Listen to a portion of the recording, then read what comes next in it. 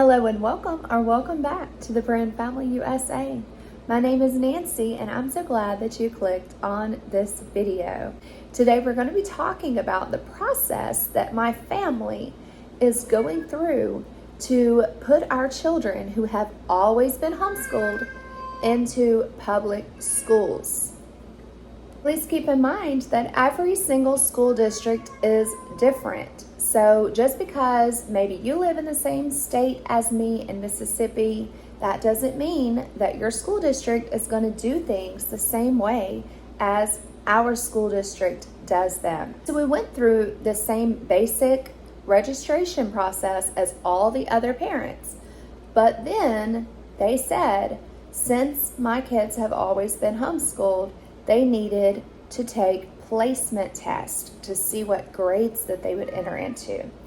And I asked, if I could present a portfolio from our homeschool years and if that would help to determine what grade they would enter into. And I was told that they like to do placement test first, and then if a child just scored really out of range or something like that, then they absolutely would consider looking at their homeschool portfolio.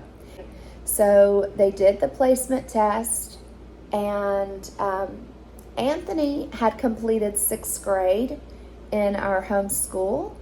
Dulcie had completed 4th grade in our homeschool. But upon taking the placement test, the principal at the academics school let me know that Dulcie had scored entering into 4th grade, not completed 4th grade. So she's going to have to repeat the 4th grade, but Anthony did score high enough to enter into 7th grade, just as he would have if we had continued to homeschool. So, of course, before taking the test, I talked to my kids like any good mom should, and I gave them, the pep talk of doing your best and just make sure that you pay attention, to all of the questions. Make sure that you read them very carefully. I'm not going to be able to help you. I'm not even going to be there. I've got to drop you off and let you do this on your own.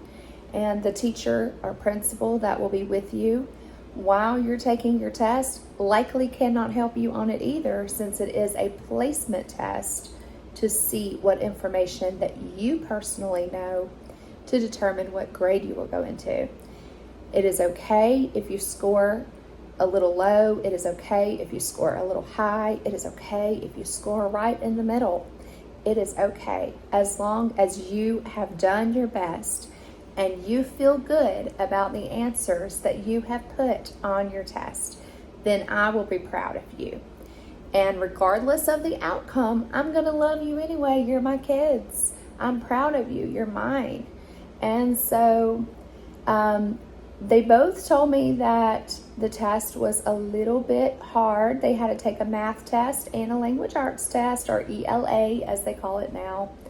And so they said that the ELA test was harder than the math for them. That was something that I already suspected that would happen, as I've taught them for 7 years. So I know where their weaknesses are. I know where their strengths are. They're both very intelligent children, and they've always done very well in homeschool.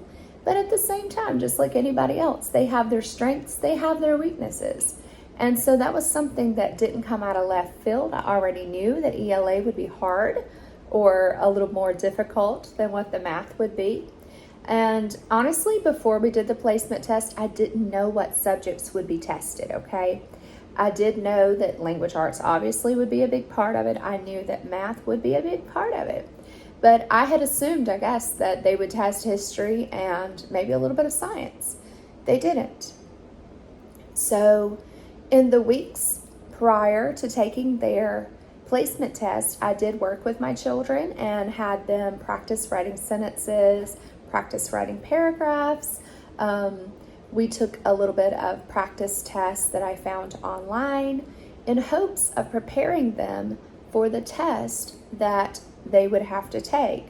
Of course, I didn't know what questions would be on the test, and I didn't know how long it would be. I didn't know anything about the placement test, okay? I wasn't given any information about the placement test. I was just assuming things as we oftentimes do. So I did my best in preparing them for the test.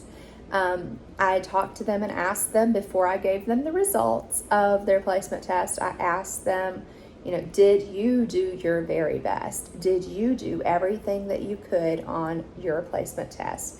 How did you feel about taking the placement test? Things like that. And so they assured me that they did do their best and that it was kind of a big deal. They had never honestly taken such a big test. So there were like 50 questions each on these, and they had never actually taken a test like that, okay? So that was a huge shock to them. That was a big deal to them. And do I think that made a difference in their score? Probably a little bit. But at the same time, I'm not mad about it. I'm not upset about it. And at the end of the day, they're not either. They're excited about going into public school. We did discuss, their scores. And at first, Dulcie was a little upset because she's going to have to repeat a grade that she feels like she's, already finished. And she already finished in homeschool. So she thought that she should go into the 5th grade, And another thing is that at the school where they'll be going, the 5th and 6th grade is in one building, 7th and 8th grade is in another building, but they are on the same campus. And so if she would have gotten into the 5th grade as she wanted and as she assumed that she would have been on the same school campus as her brother, even though they wouldn't be in the same grade or in the same building. So that was kind of a letdown to both of the kids, that they're going to be at totally different campuses their very first year in public school. So that was a little bit of a letdown to us too as parents. We kind of hoped that they would be together. But after talking to them and, letting them know that whatever the outcome was, this is for your benefit. This is not to hurt you. Retaking the 4th grade is going to help you. And that way you can do better in years to come, because as you grow and go into higher grades, the information is going to be more, right? So you're going to learn more information. You're going to have to do harder things. And so if repeating a grade now is what's best for you, then we need to do that. We need to get that done so you can do better in the future. And this is not, to hurt you. It's not to belittle you. You're awesome, but we just need to go back and do this over. And you know what? You're going to have more opportunities. Your brother's not going to be in your hair. He's not going to be watching you. You're going to get to do your own thing, and you're going to get to shine on your own and make new friends. And upon a little bit of research, we figured out some of her friends actually are going into 4th grade this year at that same school where she will be attending. So that is a major plus for her. She's excited about that. And both of the kids are excited about going to school, and both of them are excited about what is to come. They are happy for their future, and we are too as their parents. We're happy to see them doing something different, doing something new, having a new experience. And so I hope that this has encouraged you. If you have ever thought about putting your kids into public schools, or looking for a private school, anything like that, I hope that these videos have helped you to know what to expect and what would come of it. Thank you so much for watching, and give us a big thumbs up if you have enjoyed this video. Bye bye for now.